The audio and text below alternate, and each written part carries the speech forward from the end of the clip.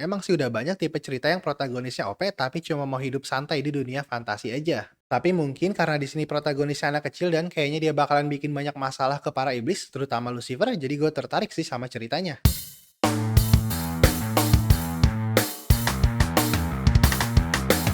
Cerita dimulai dari Lilith yang tiba-tiba menjadi kecil dan tumbuh tanduk di kepalanya. Semua ini berawal dari beberapa hari yang lalu, di mana Lilith dikhianati sama hero dari partinya. Hero-nya bilang kalau dia nggak butuh cewek yang nggak nurut. Setelah hero-nya pergi, Lilith yang punya kekuatan pemanggilan pun memanggil Firma, si wanita suci. Firma langsung nyembuhin Lilith, terus Lilith pun pingsan. Salah satu petinggi iblis, Astaroth, nemuin Lilith, dan dia membawa Lilith ke kastilnya. Beberapa saat kemudian, Lilith pun terbangun. Dia memanggil Merlin yang agung. Merlin bilang kalau bangsa iblis nggak ada niat jahat kepada Lilith, tapi dia belum tahu apa yang dimau sama bangsa iblis. Merlin pun pergi. Nggak lama Astaroth masuk, dan dia langsung meluk Lilith. Astaroth bilang kalau sekarang Lilith udah aman. Abis itu Lilith dikasih makan. Beberapa hari setelahnya, Lilith pun berniat untuk memberi salam kepada Raja Iblis. Lalu Lilith bertemu dengan Raja Iblis, Lucifer. Lucifer punya dua anak buah lagi, yaitu Adramelech dan Beelzebub.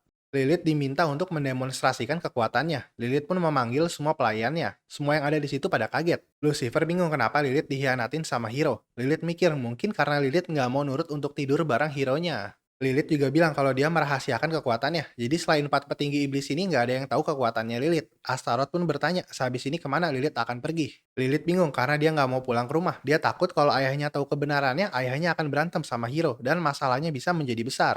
Lucifer nyaranin gimana kalau Lilith jadi iblis dan tinggal di situ. Terus Lilith nanya apakah nanti bangsa iblis akan menginvasi bangsa manusia. Tapi Adramelech malah ketawa. Karena mereka semua nggak pernah kepikiran sekalipun untuk nyerang manusia. Lilith pun setuju untuk menjadi iblis dan tinggal di situ. Lalu balik lagi ke awal, Lilith yang telah menjadi iblis malah mengecil.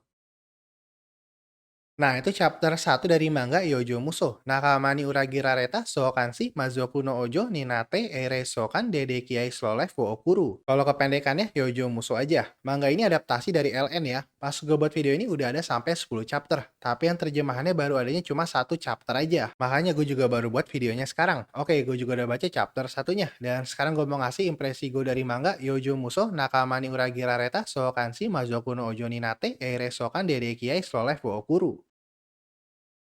Tadi kan gue bilang kalau yang bahasa Jepangnya udah ada 10 chapter. Jadi gue sempat ngecek kan chapter-chapter itu. Karena gue juga penasaran ke depannya ceritanya bakal lebih ke arah balas dendam sama party hero-nya atau si Lilith mau hidup santai aja di negara iblis. Ternyata jawabannya yang kedua. Gue juga nggak bisa bahasa Jepang, jadi gue cuma ngeliat gambar tanpa tahu konteksnya. Tapi yang gue lihat ini jadi kayak cerita para iblis ngasuh anak manusia. Kocak juga sih. Terus tentu aja ini ke depannya jadi cerita slice of life. Gue tertarik sih, emang sih udah banyak tipe cerita yang protagonisnya OP tapi cuma mau hidup santai di dunia fantasi aja. Tapi mungkin karena di sini protagonisnya anak kecil dan kayaknya dia bakalan bikin banyak masalah ke para iblis, terutama Lucifer, jadi gue tertarik sih sama ceritanya. Apalagi abis ngeliat rawannya ini cerita yang santai juga, jadi nggak perlu serius-serius mikirin dramanya. Tapi gue yakin sih suatu saat pasti Lilith akan ketemu lagi sama si hero tadi.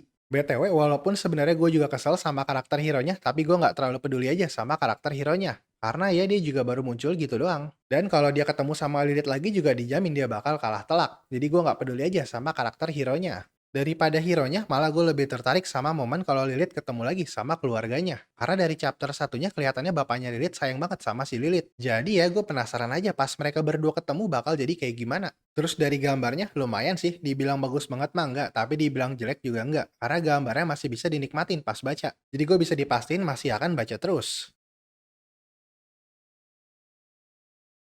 Pas gue buat video ini, manga ini yang diterjemahin baru adanya satu chapter aja. Itu juga fan translation. Gue bacanya itu di Mangadex, tapi di situ adanya yang bahasa Inggris saja. Gue taruh linknya di deskripsi. Kalau untuk yang bahasa Indonesia, pas gue buat video ini sih belum ada yang terjemahin ya. Semoga aja kedepannya ada yang terjemahin. Segitu aja first read dari gue buat manga Yojo Muso Nakama ni Uragi Rareta Shoukanshi Mazoku no Ojo Ninate Ere Shoukan Dede Kiai Slow Life wo Okuru. Semoga kalian suka ya. Kalau suka bisa di like dan subscribe. Kalau nggak suka bisa di dislike. Oke, terima kasih udah mau nonton. Sampai ketemu di video berikutnya. Bye bye.